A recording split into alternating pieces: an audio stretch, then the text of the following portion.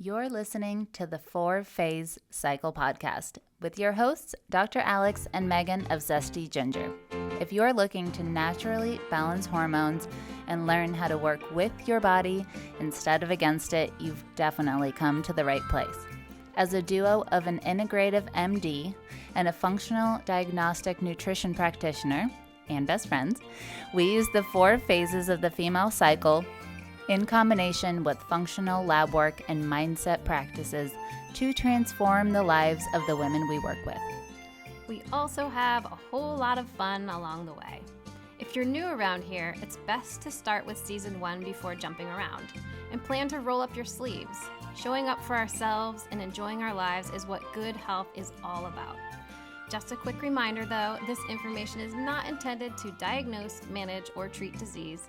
Always consult with your doctor before making changes. Hello. This is Alex coming to you live from, well, I guess not live, recorded from Megan's car recording studio. You know, because family and space issues. But if you hear any sort of pitter-patter, that is because I'm sitting in a car and it is raining. So that's what's up with me. I hope that you are having a great day. We are going to talk about why no symptom is ever in your head, or are they all? And we are going to get pretty nerdy about this, as you can imagine with me, because this is such an important thing. It's so common that it happens that people, women especially, just society, the medical community as part of the society, right? There tend to be symptoms that people experience that the conventional community and even the functional community can't really seem to explain, right? And I'm not going to go into that too much because we've talked so much on the podcast about that. However, it just happens often in any sort of space where unless you fit the majority of the people and think and fall into those categories, then there has to be options that also address that, right? And so oftentimes it's a struggle to feel like, gosh, I don't really understand what's going on. And that's not even really that hard to get to, that because most women are not taught about their cycle, about their hormones, how they're made, how the decision is being processed by your brain.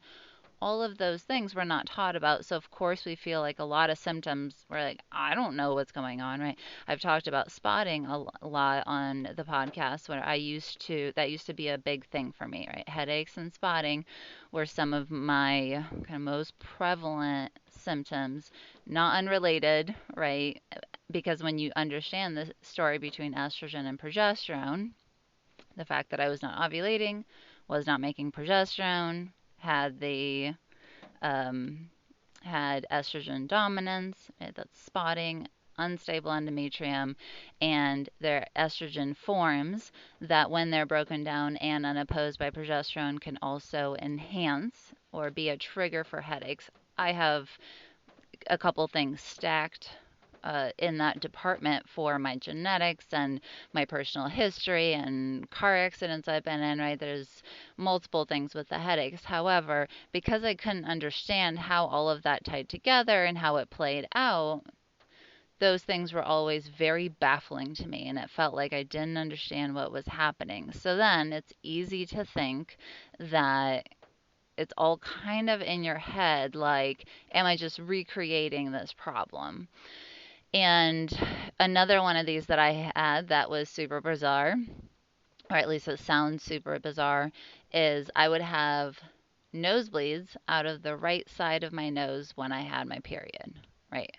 Go figure. What a weird, not commonly talked about thing to have happen to your body, right?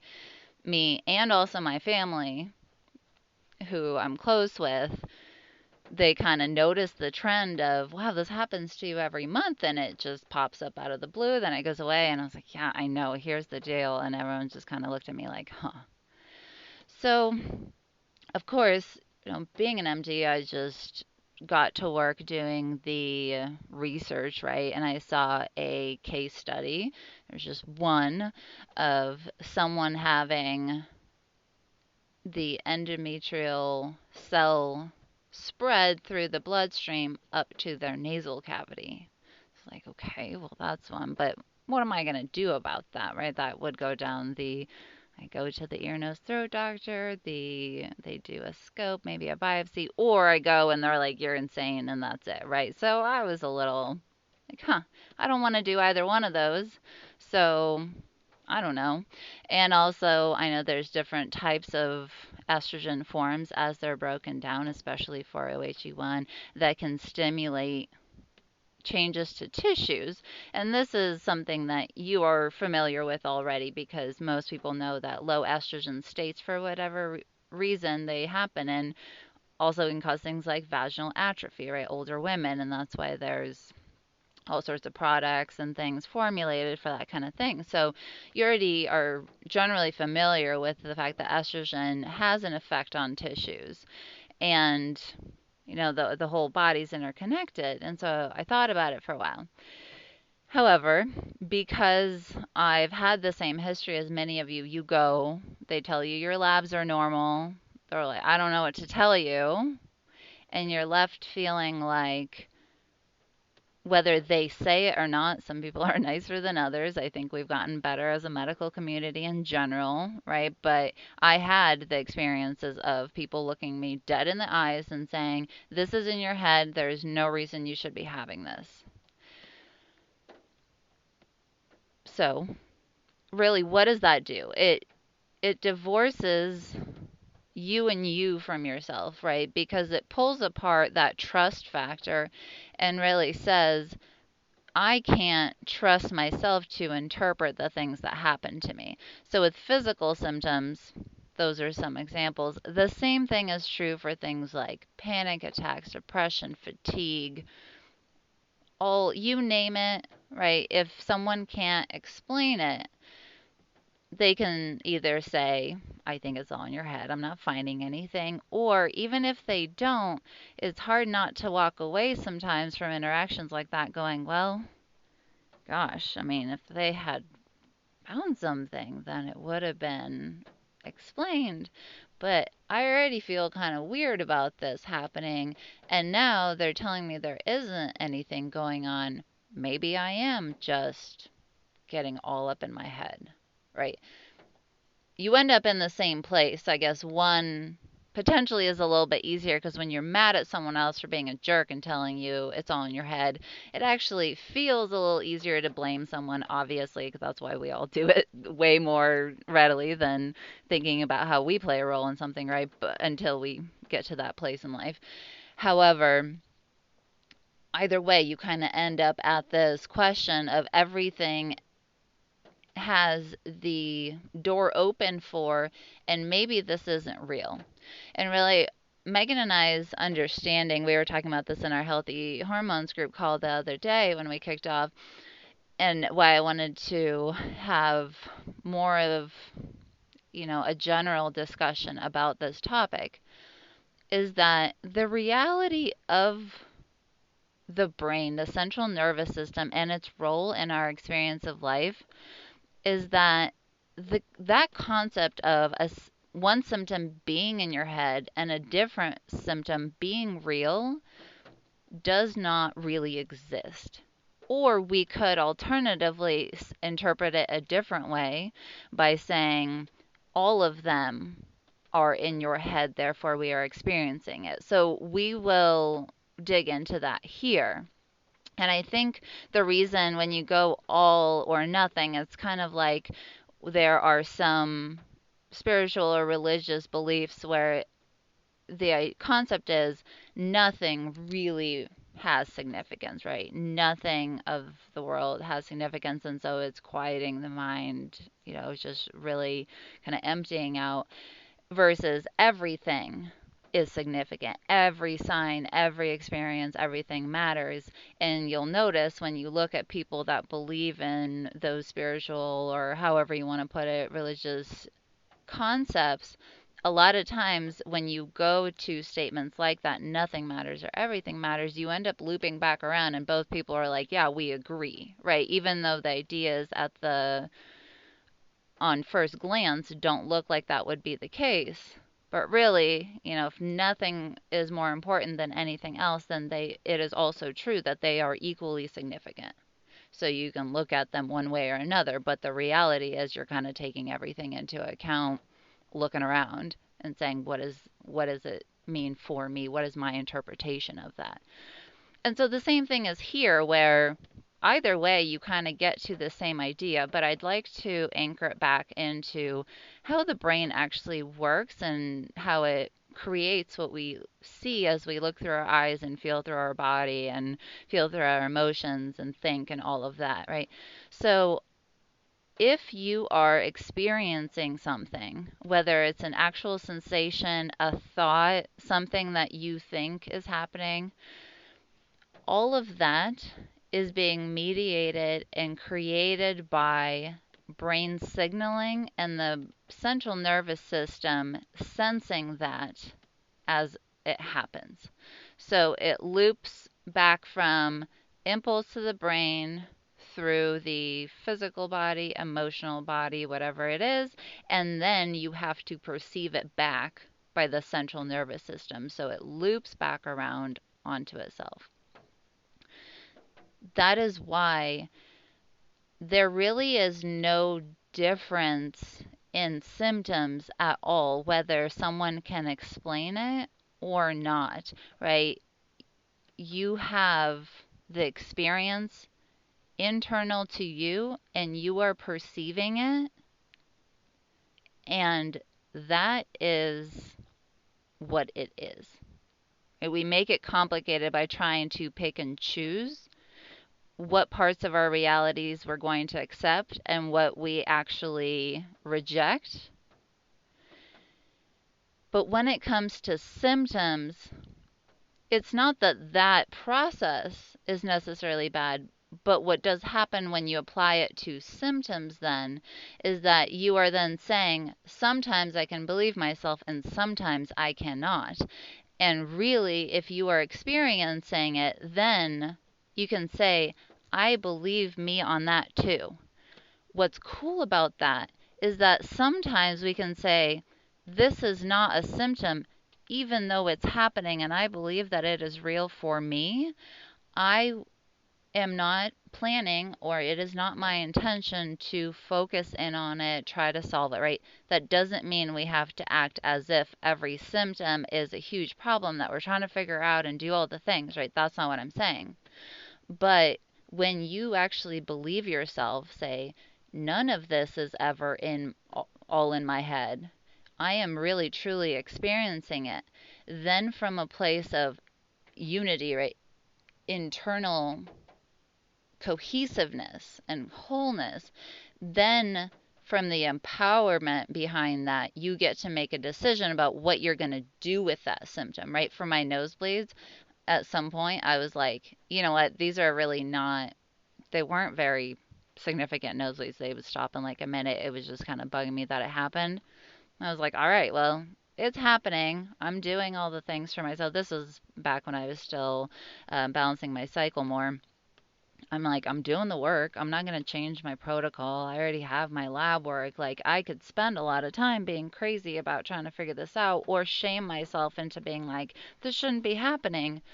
And yet I was kind of like, well, if I'm not going to change anything about what I'm doing, then cool. Like, you know, it's all good. Why don't I just see how it goes?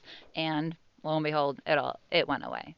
Right? So someone could have said, "Oh, look, you stopped focusing on it and it went away. Therefore, it was something like in your head and it really wasn't happening."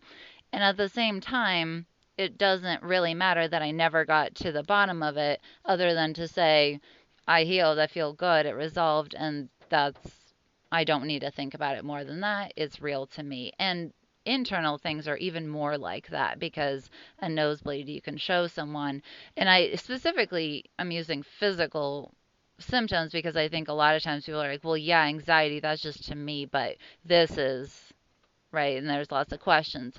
But if you believe and really grant yourself the authority to say whatever my brain is perceiving and sensing, and that is my reality.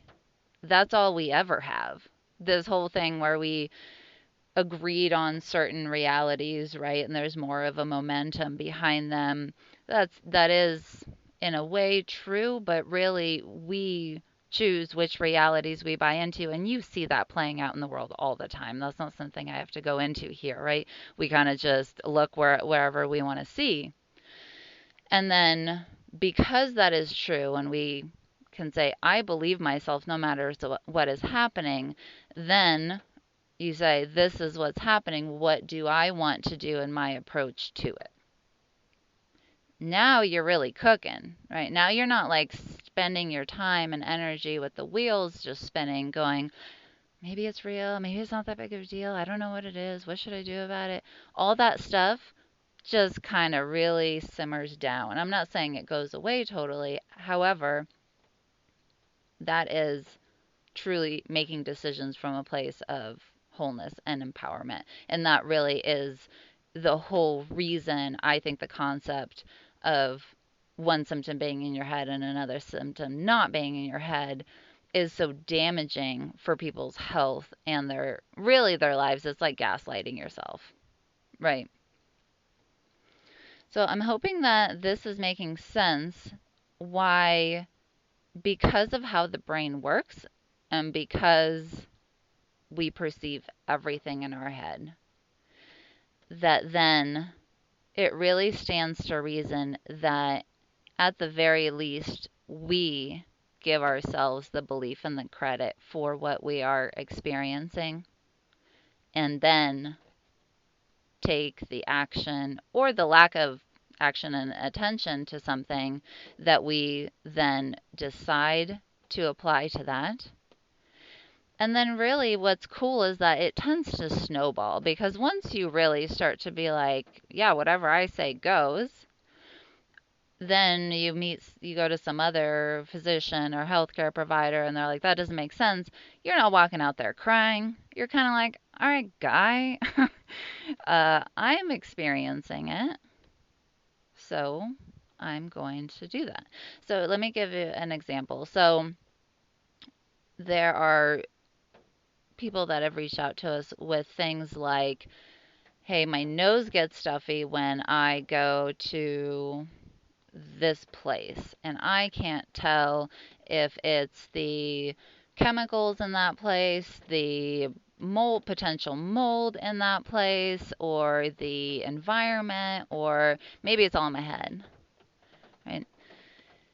That's the kind of thing that when you start to really spiral, and the alternative is maybe it's not real and I don't have to do anything about it, you really, it's like, do I pack the air purifier or don't I?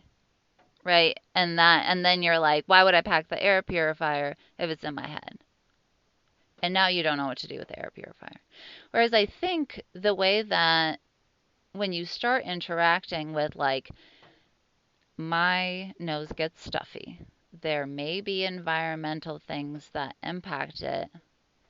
I'm not sure about that, but what I do know is that my nose gets stuffy, right? And so you're like, I have a portable air purifier and I have room in my suitcase for it. I have saline, saline spray, because that helps you. I'm making this up. I've never had this situation, but right. You're like, huh, I just take that with, make my nose feel better, use the air purifier because it's certainly not harming anything, and now you're done. Now you don't feel guilty, you don't feel shameful, you're not like, oh no, there's something wrong with me, right? And that does not even mean that you can't go do assessments of, what is kind of the mold in my environment, or how do I react to chemicals? I routinely go into Airbnbs and for the time being, you know, bag up some of their Glade plugins, right? Kind of put them in a container and then I put them back when I leave. But like, I know I don't like that, and I know it doesn't make me feel good. But because I believe myself, I just do those things. And so it's, I'm making the distinction that it's not to say, therefore, I don't do anything about it. What I am saying, though, is that if you believe yourself, the figuring out what to do about it is actually much easier, right? I can give another example that's on a different topic, but I think we do this. It's like, when you've been dating someone and you like them, right? You're dating them, you like them, having a good time, but there's that like ex that you have in the back of your mind that's like, maybe I could get together with them again if I really wanted to. Okay, so what does that create? You're always kind of mostly with your body and your leg in the relationship, but you got one foot kind of like peeking out the door, being like, well, I got options, right? And again, that whatever, I'm not, there's no judgment applied here on terms of this is just, I know that happens to people, right? So wherever you're at with relationships, that's all cool too. But if you if you do that, right, every time you fight with the person that you're dating, that you like, that you're mostly in with, then that comes up, right? Then that question resurfaces. What about that other person? What if? What if? What if? What if? What if? That is worse than the actual fight, yes? Because if when you're just dating someone, that's all there is and that's what you're doing, you have the fight and you're kind of like, how do I resolve the fight? How do I create a win-win-win for me, you, and the relationship? You're done. That doesn't mean that the conversation is going to be fun. That doesn't mean you know exactly what to do to resolve it, right? But there's none of this back and forthness. And that is really my point here. And that the relationship perception, whatever you are looking at and whatever your brain is perceiving and this all the combined signals that it's sending, that's also your perception. The exact same thing as feeling, seeing, experiencing, thinking about symptoms. It's all the central nervous system, which is why you've heard over time, Megan and I have gotten more and more about the brain, the mind, the central nervous system, in the whole package: physical, mental, emotional, spiritual. All of that matters, and all of that is perceived by us up at the top. You know what I'm saying? So I hope you're tracking me on this because this is a really powerful thing to realize when we stop doing the kind of, is this all in my head, keeping the door open. Another way of saying that, if we kind of stop internally gaslighting our own perception of ourselves, the process, the experience, and the outcomes that follow are then impacted by that. It matters a great deal to the actual experience of it. So I would love to hear your thoughts on this because this is a big one. I know a lot of you have this question always in your mind for this particular symptom. What is it? Is there a good reason or is it on my head? I want to hear about it. So either screenshot this and share your story on Instagram, tag me so I can see it, email us, whatever you do. It's all good. Just let me know because I think that I would like to go into this even more in the future. I think this is a really big, important topic to hit up. And really, what I would like to do for providers, kind of as Megan and I look at impacting the medical community as well as, the people that we help, is to really help providers come from that place of, here's the physiology of the brain, here's how we know it works, therefore why are we doing this to ourselves likely and also to others, where we then say, must be this, and now we've contributed to their perception of themselves as being fragmented rather than whole. And as a patient, so if you're looking for healthcare providers, it really does, this kind of topic can be very insightful for you as a person looking for someone to work with to really hear their thought process about things, because we've seen time and time again someone signs up for like a 6-month package and then realizes they're like they're more doing what they like their process rather than what I need, and somehow this isn't working. And it tends to be this kind of stuff where there's when you can ask the questions that allow you to see what their beliefs are, it's much easier to vet and choose which providers you really jive with, who you want to work with, who you're like, yes, I am with you on your thought process. And that actually happens to us all the time. People will reach out and be like, I would like to work with you because I so appreciate that you don't tell me it's in my head. And in our groups, we have chats about this all the time in different ways, in different scenarios, personalized for people. There's a lot to it, but it helps people find us that are of the same, like-minded mentality of this is how I perceive my body, this is how you perceive my body, and now we're all working together. Right, so this is a good opportunity to add to your values list if this is something that's important to you and you are looking for a provider. This is a great question to ask, right? How do you deal with symptoms that you don't know how to explain? What is your thought process? What do you believe? And you will hear very quickly what someone is, because I've asked that question to a lot of my colleagues, right, at the hospital and things like that.